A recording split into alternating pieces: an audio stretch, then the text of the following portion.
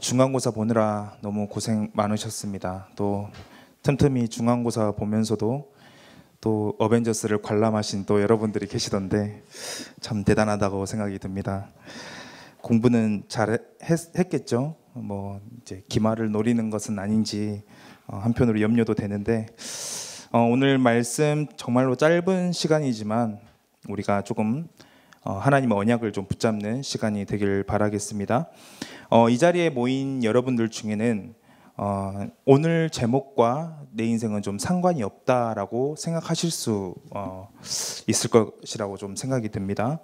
또 어쩌면 내가 상관이 없다라고 생각하는 사람이 있는가 반면에 정말 되고 싶은데 제자 참 되고 싶은데 참 되는 방법이 잘 모르겠고 또 그 길이 너무 막막하고 막연하고 또 그러는 사람들이 있을 것이라고 좀 생각이 듭니다.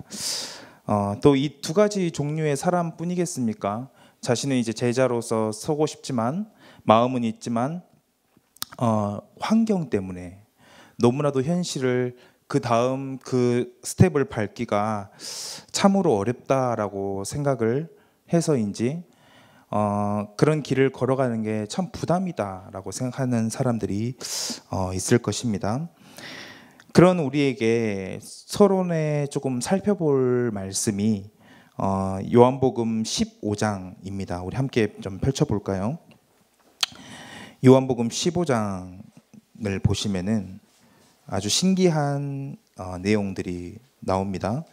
요한복음 15장 1절을 우리 함께 보시면은 뭐라고 처음 시작이 되어 있냐면 나는 참 포도나무요 내 아버지는 농부라라고 되어 있어요. 나는 포도나무요, 뒤에서 보면은 정확하게는 가지라고 표현하고 있어요. 이 포도나무는 예수님이라고 표현하고 있고요, 하나님은 농부라고 표현하고 있어요. 이 여기서 주시는 말씀은 대체 무엇입니까?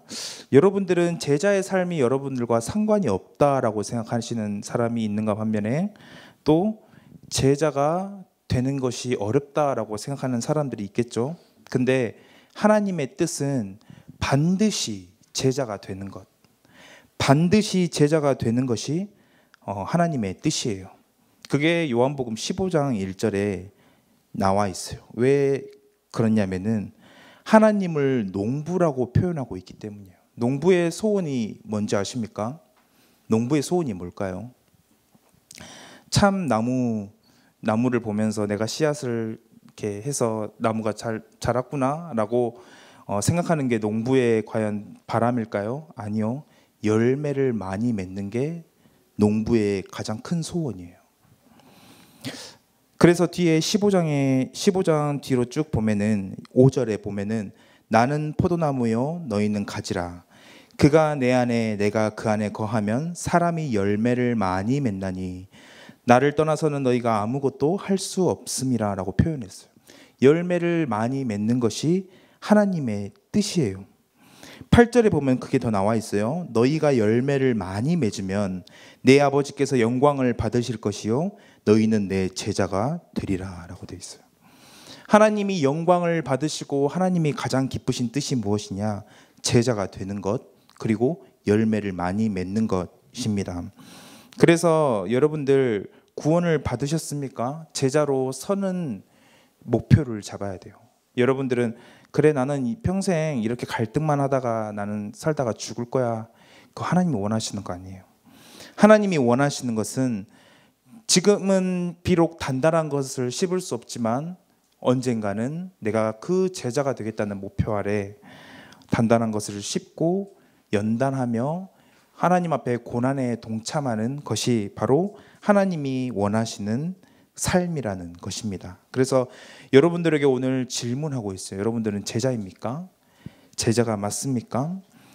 내 수준에 또 내 어떤 형편에 또 내 마음의 아픔 때문에 조금 지금은 휘청거릴 수 있어요. 지금은 좀 헤맬 수 있어요. 근데 그렇다고 해서 여러분들 이 목표를 놓치지 마세요. 그 자신의 수준에 속아서 내가 제자가 되고자 하는 목표를 여러분들은 놓치지 않기를 바라겠습니다. 그래서 여러분들 오늘 제자가 되기를 원한다면은 이 세 가지 말씀, 오늘 본문 세 가지 말씀을 조금 주의 깊게 좀 살폈으면 좋겠습니다. 누가복음 9장 57절에서 62절의 말씀인데 성경책 보면은 조금 좋은 성경은 위에 주제들이 있죠. 뭐라고 되어 있습니까? 나를 따르라라는 말로 되어 있을 것입니다. 제자란 무엇이냐? 예수님을 따라가는 것이에요. 근데 오늘 여기 본문에 보면은 아주 세 가지 이야기가 나오는데 세 가지를 주의 깊게 조금 살펴야 돼요. 이 세 가지는 첫 번째로는 뭘 다루고 있냐면 고난에 대해서 다루고 있어요. 두 번째로는 진짜 가치가 무엇이냐라는 것을 말하고 있고요. 마지막 세 번째로는 내가 오직 하나를 따라가야 된다면 무엇을 따라가야 되냐라는 주제들을 가지고 이 57절에서부터 62절 이 말씀들이 진행되어지고 있습니다. 보시면은 개인적인 어떤 상황에 대해서 이야기하는데 예수님이 답변하시는 것은 누구에게나 적용되는 보편적인 걸 답을 하고 있어요. 그래서 오늘날 우리에게도 중요하고 우리에게도 적용이 되는 말씀이라는 것입니다. 그래서 처음부터 하나하나 조금 살펴보고자 합니다. 그래서 57절을 보시면은 첫 번째입니다. 이 고난에 대해서 이해해야 되는데 57절 길 가실 때에 어떤 사람이 여짜오되 어디로 가시든지 나는 따르리이다 라고 얘기를 하고 있어요. 오늘은 좀 성경을 조금 보세요. 길 가실 때에 어떤 사람이, 여기서 어떤 사람은, 여기 좋은 성경은 위에 나를 따르라 옆에 보면은 그 병행 구절이 나와요. 똑같은 이야기가 마태복음 8장 19절에서 22절에 나온다라는 의미예요. 마태복음 8장에 보면은 이 어떤 사람이 누구냐면은 서기관이라고 표현이 되어 있어요. 서기관, 그는 누구인가? 엄청나게 대단한 사람입니다. 당시에 영광, 모든 영광을 다 받았어요. 서기관이니까 성경에 관한 학자요, 또 주석을 달고 또 중요한 역할들을, 또 정치적으로도 또 중요한 역할들을 감당했던 서기관이었습니다. 이 서기관이 예수님을 따르기로 결심을 한 장면이에요. 아주 이례적인 장면입니다. 이 어디로 가시든지 나는 따르리이다 라는 이 말에서 느껴지는 것은 정말로 당신을 따르는 그 핵심 멤버에 들어가고 싶다라고 이야기를 하고 있는 장면이에요. 나는 단순히 무리가 되고 싶지 않아요. 진짜 당신을 따르고 싶어요 라고 이야기를 하고 있는 장면입니다. 근데 예수님이 뭐라고 대답하시는지를 한번 봐보세요. 58절에 보시면은 예수께서 이르시되 여우도 굴이 있고 공중에 새도 집이 있으되 인자는 머리 둘 곳이 없도다 하시고 라고 되어 있어요. 이게 무슨 의미입니까? 이 사람은 따르고자 했는데 네가 진짜 고난에 대해서 고려하지 않은 거예요. 너가 나를 따르게 될 때 그래 너가 무엇을 보고 나를 따른다고 생각하는지는 잘 모르겠는데 너가 나를 따르잖아? 그러면은 나는 지금 머리 둘 곳이 없을 정도로 굉장한 고난을 받고 있어. 정처 없이 떠들고 있어. 너 이거 감당할 수 있어? 라고 이야기를 하고 있는 장면입니다. 보시면은 요한복음 13장을 한번 같이 펼쳐볼까요? 베드로도 이와 똑같은 이야기를 하고 있어요. 요한복음 13장을 보시면은 베드로도 똑같은 이야기를 하고 있습니다. 36절에서 38절 베드로의 이야기가 나옵니다. 36절 13장 36절을 보면은 베드로가 이르되 주여 어디로 가시나이까? 주여 어디로 가시나이까? 내가 따라가고 싶습니다. 근데 예수께서 대답하시되 내가 가는 곳에 너가 지금은 따라올 수 없으나 후에는 따라오리라. 37절에 보시면은 베드로가 이르되 주여 내가 지금은 어찌하여 따라갈 수 없나이까? 주를 위하여 내 목숨을 버리겠나이다 라고 지금 서기관과 똑같은 이야기를 하고 있어요. 근데 서기관과 마찬가지로 베드로에게 예수님이 뭐라고 말씀하시죠? 네가 나를 위해 목숨을 버린다고? 내가 진짜로 이야기할게. 닭이 울기 전에 너가 나를 3번 부인할 거야 라고 표현하고 있습니다. 진짜로 지금 이 시간표의 베드로는 그 고난을 감당할 수 없는 시간표임을 알고 있었고 그 미래를 예수님께서 보고 계신 것이죠. 그래서 오늘 이 서기관 따른다고 했을 때 서기관의 미래도 마찬가지로 보셨을 거예요. 그가 과연 따라갈 수 있겠냐, 그가 과연 나의 고난에 동참할 수 있는 사람이 맞냐라는 거예요. 이 제자의 삶은 응답의 삶이라고 표현하기가 어렵습니다. 모든 것은 응답이지만 진짜로 이 고난을 각오하는, 이 고난을 우리가 진짜로 이해하는 제자, 그거에 대해서 오늘 첫 번째로 이야기를 하고 있으시죠. 두 번째입니다. 두 번째는 가치에 관하여서 이야기를 하고 있습니다.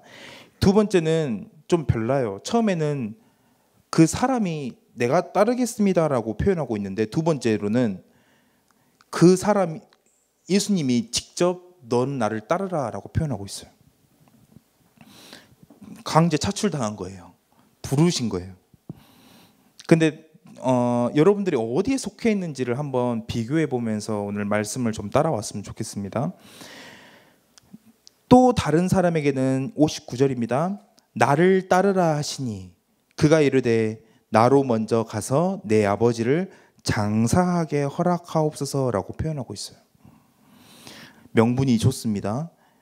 근데 60절에 도저히 알 수 없는 이야기를 해요. 뭐라고 되어 있죠? 죽은 자들로 자기의 죽은 자들을 장사하게 하고 너는 가서 하나님의 나라를 전파하라 하시고라고 되어 있어요. 이 말 뜻을 여러분들이 오늘 이 시간 좀 잘 이해하는 시간이 되길 바라겠습니다. 이 두 번째는 더 중요한 가치를 깨닫는 것이 제자의 삶이라는 거예요. 더 중요한 가치를 이해하는 것. 여기서 나를 따르라고 예수님이 부르신 것은, 이 따르라라는 원문의 의미는 나의 삶을 보고 배우라는 뜻이에요. 나를 쫓으라라는 이 원문은 나의 삶을 본받아 내가 살았던 대로 그대로 살기를 바란다라는 뜻에 가까워요. 그래서 보통 말이 아니죠. 그냥 단순히 예수님이 따라가는데 아무 생각 없이 그냥 이런 표현 적절한지 모르겠습니다. 좀비처럼 따라가는 게 아니에요. 그냥 내 거 다 챙겨가면서 따라가는 게 아니에요. 예수님이 하셨다면 나도 하고, 예수님이 멈추셨다면 나도 멈추고, 예수님이 고민하시고 기도하신다면 나도 고민하고 기도한다는 중심을 가지고 따라가는 삶이에요.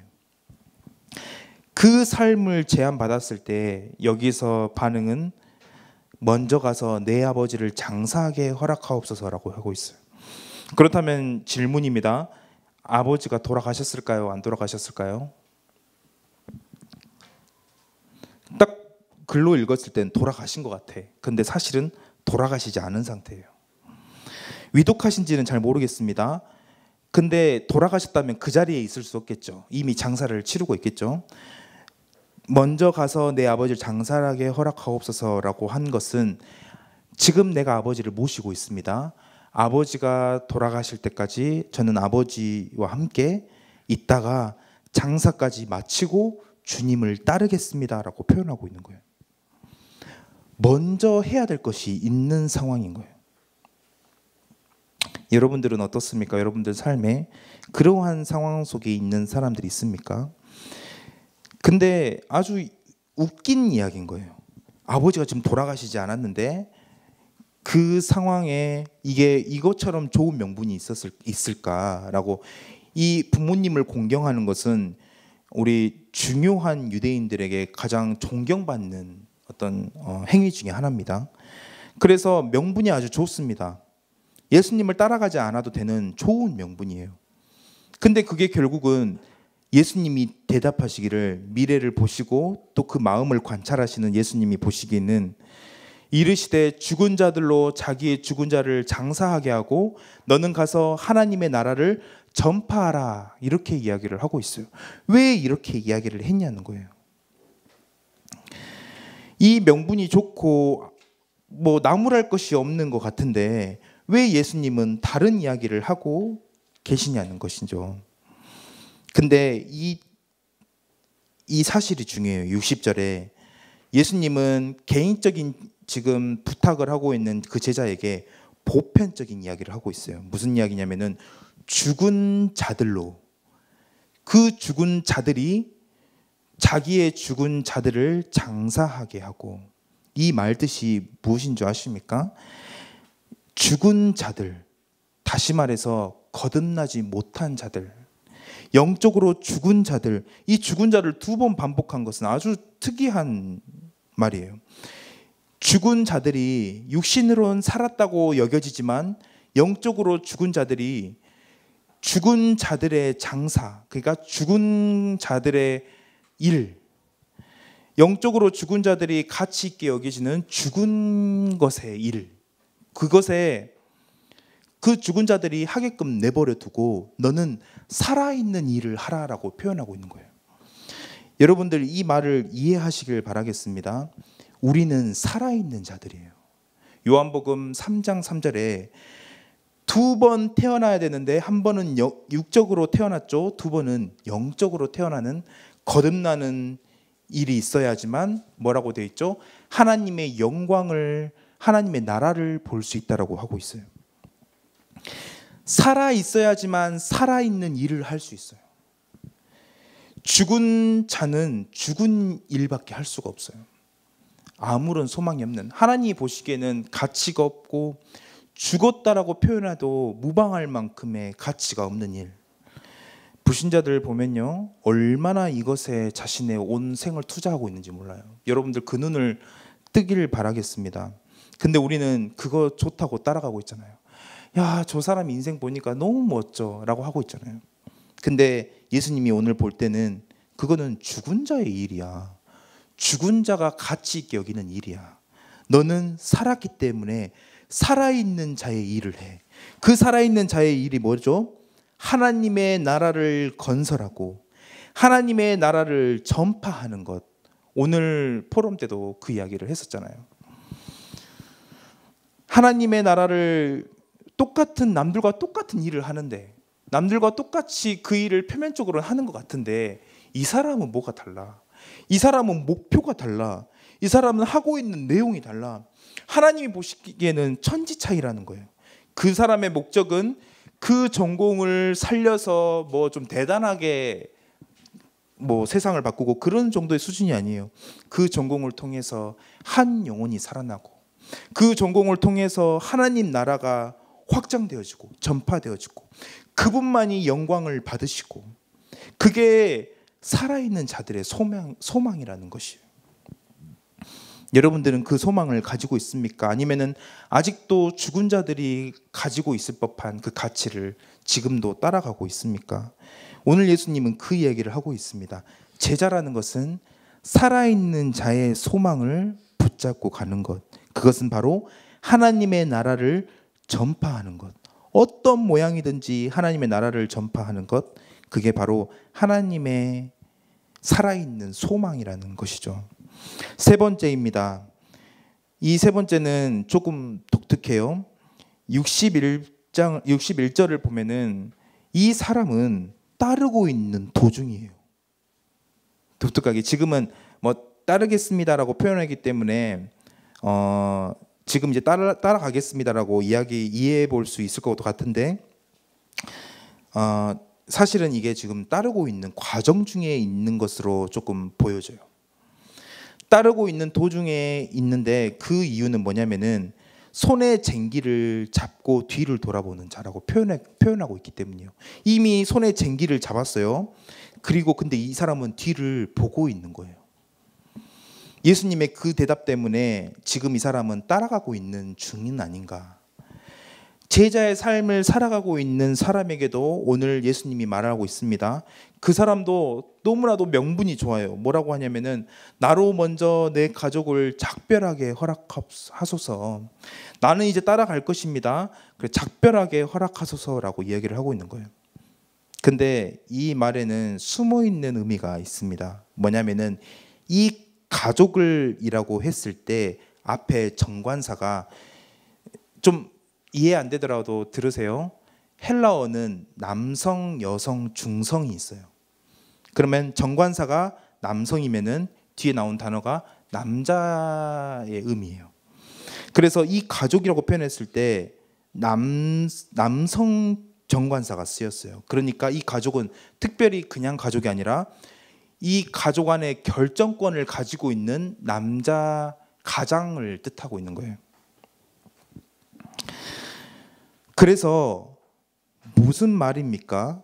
이 나로 먼저 내 가족을 이라고 얘기를 했을 때는 의사 결정권이 있는 그 사람들에게 그 사람들이 어떻게 생각하는지를 들어보고 결정하겠다라는 말과 똑같은 거예요. 그리고 나서 작별은 고려할 수 있는 대상이죠. 그래서 예수님이 그것을 간파하시고 뭐라고 표현하고 있냐면은, 야, 손에 쟁기를 잡았는데 그거는 반드시 앞으로 가야지만, 앞을 봐야지만 반듯하게 갈 수 있는 거야. 근데 뒤를 돌아보면은 삐뚤삐뚤하게 가겠죠. 근데 뒤를 돌아보는 자는 하나님의 나라에 합당하지 않아. 그 사역에 합당하지가 않아. 근데 너는 지금 뒤를 돌아보려고 하고 있구나 라고 이야기를 하고 있는 거예요. 다시 말해서 이 돌아보다라는 것은 계속해서 돌아보는 걸 뜻하는 거예요. 그래서 저는 예전에 제 이제 취미 생활로 취미 중에 하나가, 저는 이제 독서 같은 고상한 취미가 있긴 하지만 그중 취미 중 하나가 이제 인스타그램도 있습니다. 여러분들을 감시하기 위해서 제가 이렇게 가끔 해요. 오늘 모임은 못 왔는데 어디를 갔네? 이런 거 있잖아요. 그런 용도. 근데 이제 인스타그램을 보다가 그 문근영 배우가 한 뭐 인터뷰 같은, 어디서 나온지 모르겠어요. 근데 그가 자신이 얼마나 타인 때문에 상처를 받았는지 보셨는지도 모르겠어요. 그 인터뷰를 보는데 참 마음이 아프더라고요. 자기가 타인 때문에 얼마나 많이 휘둘렸는지 뭐 그랬던 내용이었던 것 같아요. 그들이 원하는 삶들을 살고, 근데 나로서 살지 못하는 거에 대한 어떤 한이 담겨 있는 인터뷰였어요. 근데 저는 그 인터뷰가 생각나는 거예요. 이걸 보는데 얼마나 우리 인생의 결정권을 우리가 빼앗기고 있냐 이거예요. 부모님이 원하는 것, 그렇죠? 또 옆 사람이 인정해 주는 것, 그런 것들이 우리 인생에 너무나도 많은 짐으로 있어요. 우리가 제자로서 그 길을 걸어가는데 우리 인생에 어찌나 그 결정권을 가지고 있는 사람들이 너무나도 얼마나 많은지 여러분들은 그걸 의식하고 있습니까? 느끼고 있습니까? 남들이 인정해주고 또 박수 쳐주고 또 우리 부모님이 좋아해주고, 부모님을 어기라는 뜻은 아니에요. 근데 내 인생의 결정권이 그들에게 있지 않다는 거예요. 어디에 있습니까? 오직 있다면 어디에 있습니까? 바로 예수님에게 있다라는 거예요. 그 예수님을 따라가는 삶을 선택했다면 그게 비록 내가 가장 사랑하는 그 사람의 이야기더라도 그게 참고받게 될 수밖에 없는 사실은 바로 그 결정권이 바로 예수 그리스도 그 자신에게 있기 때문이에요. 그래서 여러분들 오늘 세 가지 제자의 삶을 살펴봤습니다.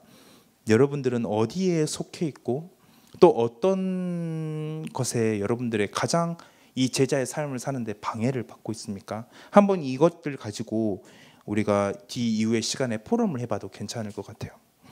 그래서 진짜로 제자의 삶을 살기 위해서는 이 세 가지를 각오를 해야 되고요. 이 세 가지가 진짜 내 삶에 밝히 드러날 때 정말로 하나님이 기뻐하시는, 하나님이 영광 받으시는, 그리고 하나님이 그 열매를 가져가시는 그 제자의 삶을 살 수 있을 거라고 생각해보고 고백합니다. 이 시간 함께 합심으로 기도하도록 하겠습니다. 하나님, 우리 삶이 정말로 제자가 되기를 원합니다. 하나님, 그게 하나님의 소원인 줄을 하나님 알고 있지만은 우리의 모든 현실들 또 우리의 모든 상황들 그렇게 되기가 참으로 어려운 것 같습니다. 하나님, 우리에게 은혜를 허락하셔서 정말로 이 길을 걸어갈 수 있는 지혜를 허락하여 주옵소서. 이 고난도 감당할 수 있는 하나님 더 큰 은혜, 더 큰 사랑을 체험하게 하여 주옵소서. 그래서 하나님, 정말로 하나님의 나라를 위하여, 그리고 오직 그분만을 따르겠다는 그 결단을 가지고 하나님 나아갈 때, 하나님 그 뒤에 모든 것들은 하나님께서 책임져 주옵소서. 제자의 삶을 살게 하시고, 이 제자입니까? 라는 질문 앞에 당당하게 제자로서 살고 있노라고 하나님 고백하는 그런 대학 시절이 될 수 있도록 은혜를 허락하여 주옵소서. 이 시간 말씀을 생각하며 함께 합심으로 기도하도록 하겠습니다. 살아계신 하나님 아버지 감사합니다.